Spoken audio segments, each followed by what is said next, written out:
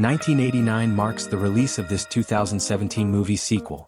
The Losers Club, Bill Denbrough, Ben Hanscom, Beverly Marsh, Richie Tozier, Eddie Kaspbrak, Stanley Uris and Mike Hanlon, assembles shortly after Bev vanquishes Pennywise, and she tells the boys about the vision she saw of them all as adults when she confronted Pennywise.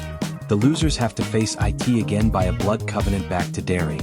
A gay couple, Adrian, Mellon and Don Hagarty, are hounded by homophobic thugs as they are having a good time at the carnival in 2016, 27 years later. The thugs pursue them and begin to brutally attack them even as they leave the carnival.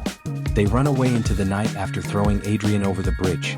Adrian nearly drowns before being rescued from the water, but Pennywise was the one who saved him.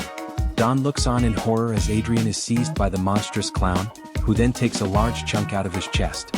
When Mike gets to the location, he finds the message, "Come home," scribbled in blood on the side of the bridge after hearing a police scanner report of the incident. A flashback reveals that Mike shoved psychopathic bully Henry Bowers down the well, where he survived and washed out of the sewers.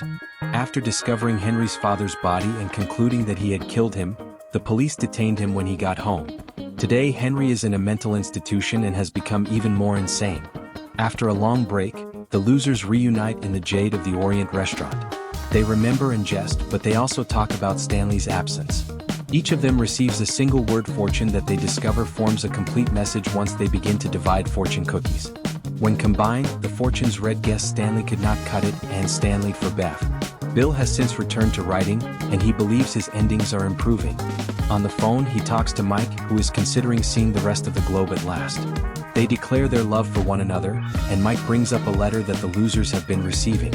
When Bill locates his letter, he discovers that Stanley wrote it just before he committed suicide. Over a brief montage of the other losers in the present, we hear his voice reading the letter. Richie travels to a bridge where he carved his initials and Eddie's initials, suggesting that he was in love with him, while Ben and Bev are now dating.